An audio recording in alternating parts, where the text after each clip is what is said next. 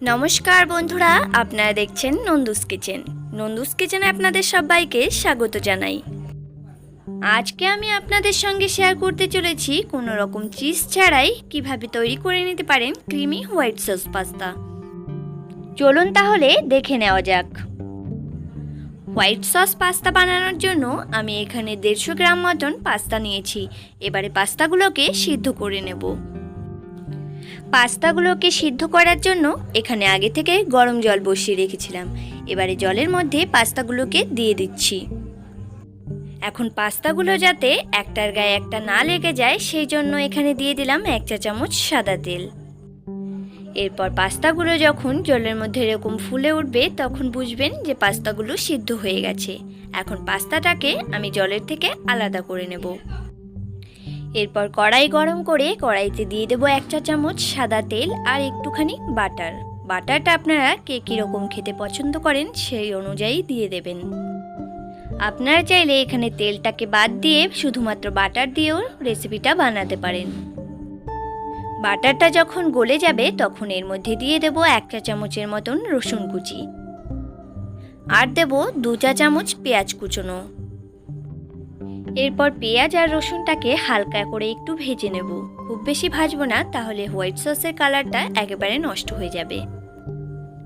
আপনারা যদি এই রেসিপিটা কোনো এক নিরামিষ দিনে করতে চান তাহলে পেঁয়াজ আর রসুনটাকে স্কিপ করে যাবেন।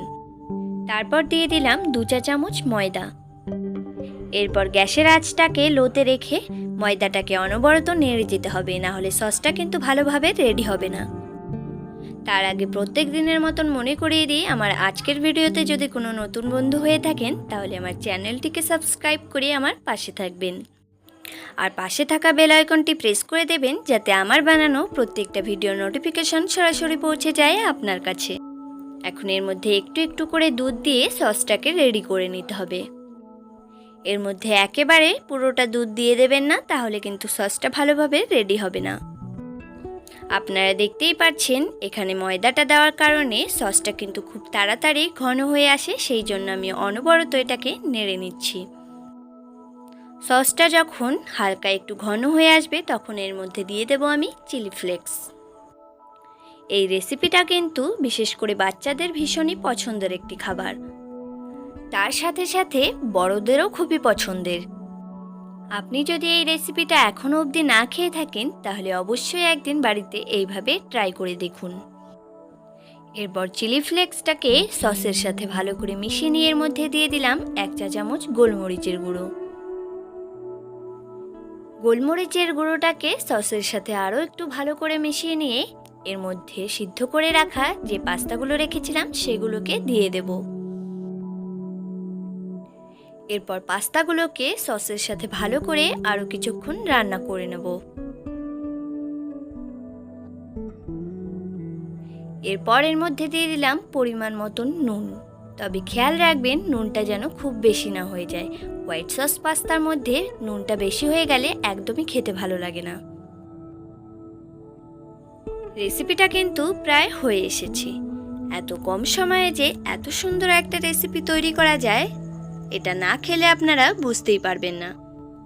আমার আজকের ভিডিওটা যদি আপনাদের একটু ভালো লেগে থাকে তাহলে প্লিজ একটা লাইক আর আপনার বন্ধুদের সঙ্গে শেয়ার করে দেবেন।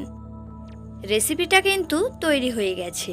এবার এর মধ্যে যেহেতু কোনো চিজ ব্যবহার করিনি সেই জন্য সামান্য একটু বাটার দিয়ে এটাকে নামিয়ে নেব। বাটারটা দেওয়ার কারণে এটার মধ্যে একটা ক্রিমি ক্রিমি ভাব চলে আসবে। তাহলে দেখতেই পেলেন কত সহজে তৈরি হয়ে গেল creamy white sauce pasta recipe. তাহলে আর দেরি না করে এইভাবে রেসিপিটা একবার ট্রাই করে খেয়ে আমাকে কমেন্টে জানান যে আপনার বানানো হোয়াইট সস পাস্তা রেসিপিটা খেতে কেমন হয়েছে। আর ভিডিও সংক্রান্ত যদি আপনাদের কোনো রকম কোনো প্রশ্ন থেকে থাকে তাহলে কমেন্টের মাধ্যমে জানাতে একদম ভুলবেন না।